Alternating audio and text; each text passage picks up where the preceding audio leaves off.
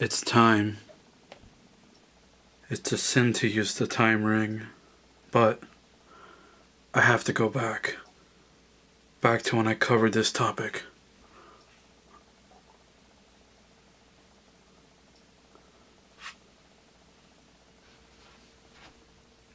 Ha! It worked. Okay. I managed to get back here before my past self starts the video. So, let me cover this topic. And the topic is, why did Goku Black decide to fuse at the end?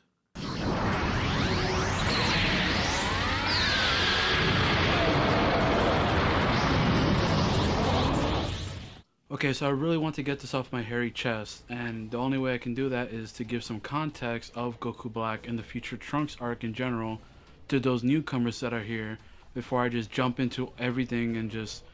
I mean, if you're watching this, you're probably Dragon Ball fan and you know, but I just want to give context so I can welcome everybody. So Goku Black in general is probably my favorite antagonist in general from Dragon Ball, probably next to Frieza and Cell, but to me, what makes him stand apart from all of them is his immediate entrance into Dragon Ball. We have him first, he's like a shadow demon almost, and then once he gets revealed after he eradicates a beloved character, and that character of Bulma, who we all love, he eradicates her right in front of Trunks. And then he gets unveiled and just threatens Trunks, and it's like glorious. It's one of the strongest parts of the entire arc. It lets you know right away this character doesn't play around. The reason he's called Goku Black is because after he gets revealed from being like a shadow demon, it's shown to be a person that looks like Goku. However, he's wearing like a black outfit, black and gray outfit with a red sash, hence the name Goku Black. After Goku Black gets introduced, we see him just trouncing Trunks back and forth, and Trunks' mission is to go back in time to get Goku and Vegeta to help them go back to the future and beat Goku Black. That's the entire gist of Trunks' mission. So that right there, I can tell you, like, it sums up the entire rest of the arc, because the rest of the arc is just going back and forth almost of it's either Goku Black going to the present or Goku and Vegeta and Trunks going to the future. So that's pretty much the gist of the Goku Black / Future Trunks arc. It's just a lot of fighting going back and forth, but it's intense because Goku Black works as a villain for the most part. The reason I say for the most part is because, spoiler alert, if you haven't seen this arc, I'm going to spoil something right here. If you haven't seen the arc, Goku Black is shown to be Zamasu, who is a Supreme Kai or Supreme Kai in training from Universe 10. So in that world, he ended up killing his instructor and looking for the Super Dragon Balls to wish himself to be Goku. So he's inhabiting Goku's actual body, and he switched with Goku, so now Goku's inside of his body. And then right after that, he goes and kills Goku, Chi-Chi, Goten, everyone he loves. So he goes into the Trunks' timeline because of Trunks' sinnings of going into the future and past, back and forth. He's the only one that's ever been going frequently back and forth in time like that. Okay, Goku Black is shown to be Zamasu. We get that. In the arc, there is also another Zamasu. I'm gonna try to keep it as simple as possible before you get confused.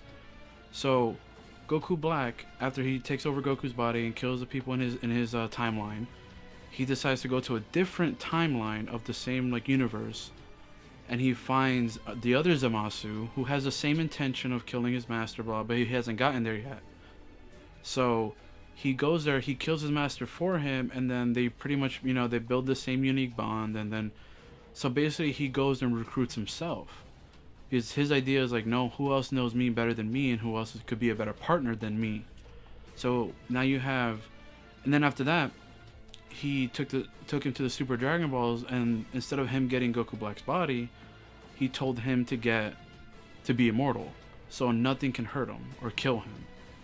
Because the idea was that Goku Black has the strength of a Saiyan, and then Zamasu is an immortal god. So you have the power and then the lifespan. So you have a mix of both.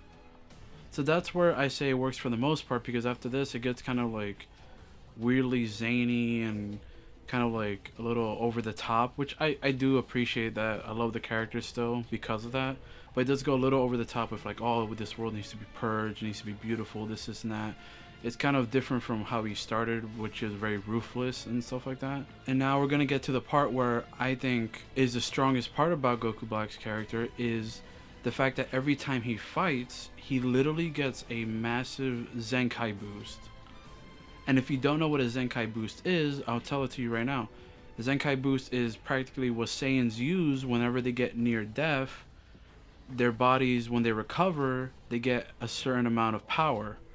So every time they get near death, they get a power boost once they recover. It was mainly used, or mainly noticeable, when Vegeta was fighting Frieza back in the Namek Saga. He continuously, like, even urged Krillin to blast a hole in him and give him a senzu bean, or have Dende heal him, just so he can come back, and then he would come back as strong as first form Frieza. So he would continually ask Krillin to like blast a hole in him so he could recover and come back stronger. So that's like the severity of how strong a Zenkai boost is. However, we haven't seen that displayed from the main Saiyans like Goku and Vegeta in a long time. In fact, that's probably the last time it was used to such a big, like, as in a big manner. But Goku Black, he goes from an already strong opponent when he fought Super Saiyan 2 Goku. Mind you, Goku Super Saiyan 2 is probably he's ridiculously strong at this point because he's mastered that form. He uses that form the most almost in Super, next to Super Saiyan Blue. So he fights Goku, he gets beat and he gets hurt, but when he gets sent back to the future where he came from, he practices and he learns and he recovers, and he gets a massive Zenkai boost that we don't see what happens, but he ends up attaining a new Super Saiyan form in Super Saiyan Rose, which is, I love the color scheme, I love the black, I love the pink, I love the black, pink, and purple aura. He looks amazing. Another feature why I love the character. So that's already showing you, and you can give a theory of maybe because of Zamasu's divinity, he knows how to tap into God Ki, as opposed to Goku and Vegeta that don't know about God, that didn't know about God Ki until Whis and Beerus showed up. And it's shown time and time again that the Supreme Kais of Universe 10 know a lot more than the Supreme Kais of Universe 7, because they know about the time rings, they know about Xeno, they know about this, they know about that, they know about everything. So to me it kind of makes sense that Goku Black goes from, instead of just going to a Super Saiyan form, which he did get in the manga but they completely skip in the anime, which it would have been cool to see, but it's whatever, we're just talking about the anime. It makes sense to me that he can tap into the God Ki and attain his version of a Super Saiyan Blue. And him in Super Saiyan Rose is so strong, he trounces Goku and Vegeta in Super Saiyan Blue and Trunks in a Super Saiyan 2 state. Until they come back after Vegeta ended up training in the hyperbolic time chamber and he blew it up. Then when they come back, they have another round against Zamasu and Goku Black, where Vegeta takes on Goku Black and Goku takes on Zamasu. And when Vegeta goes against Goku Black, he completely beats him down in one of the best Vegeta moments ever, where he shows his pride of a Saiyan and taunts Goku Black like crazy.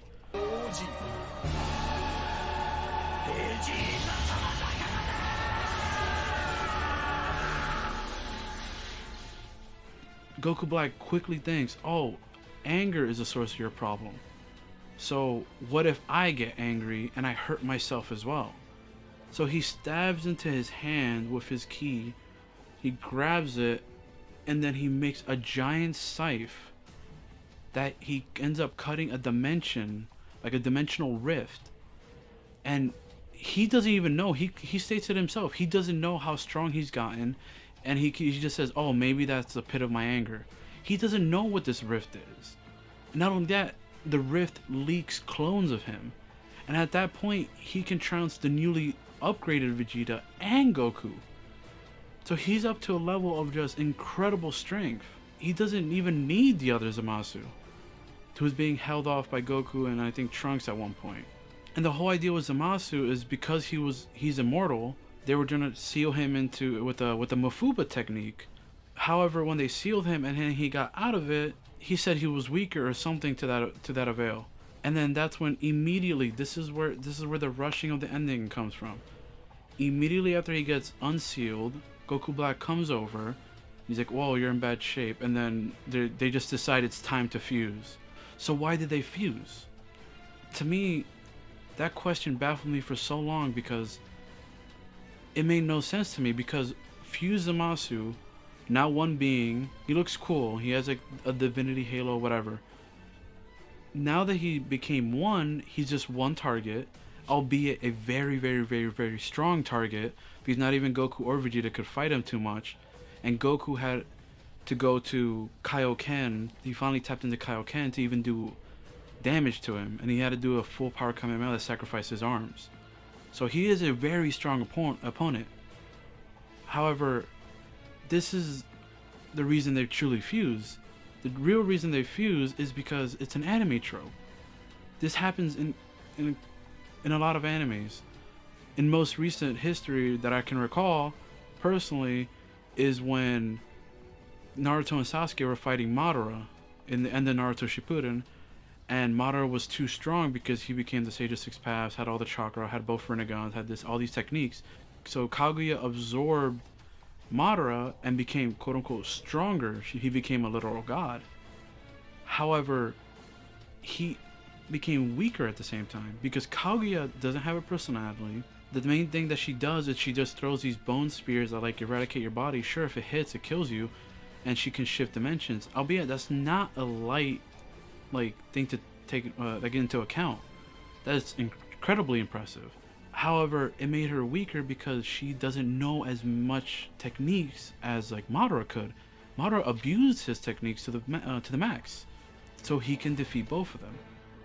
And then that's why she got outsmarted by Sakura, Naruto, and Sasuke, and Kakashi, and then she ended up getting resealed. That's what I'm talking about, where when the anime antagonist gets too strong that the protagonist cannot defeat, what they do instead is get the antagonist to become stronger but weaker at the same time. Madara into Kaguya, then Goku Black and Zamasu into Fuse Zamasu. Because I'm gonna be honest, Goku Black by himself had the ferocity. He had the killer instinct. He had the anger inside him to continually get stronger.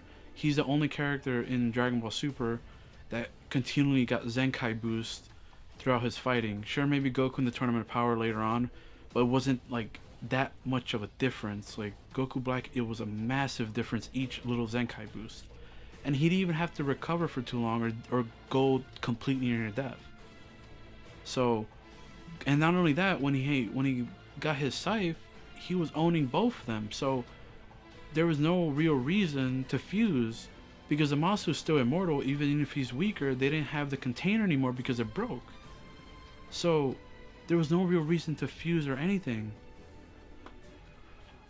At the end of the day, they fused. I can do nothing about that. It is what it is. It's in concrete. We still got a great villain, and we still got really high highs in the Future Trunks arc. But that's where I have to leave it at. If you made it through the entire video, I really appreciate you. Thank you. Make sure you leave a like, comment, and subscribe. And all my social media links will be down in the description. And also, I would love for you guys to share it out. If you like this video a lot, share it out to your friends or whoever. Because I really had a lot of fun making this video, just thinking about, because Goku Black's one of my favorite characters. So I love just talking about Dragon Ball in general. And also, the question I'll leave you guys with is, do you believe that Goku Black and Zamasu separately would have defeated Goku and Vegeta rather than be fused, is my question. So now that I leave you with that, hope everyone has a great night, a good morning. Bye guys.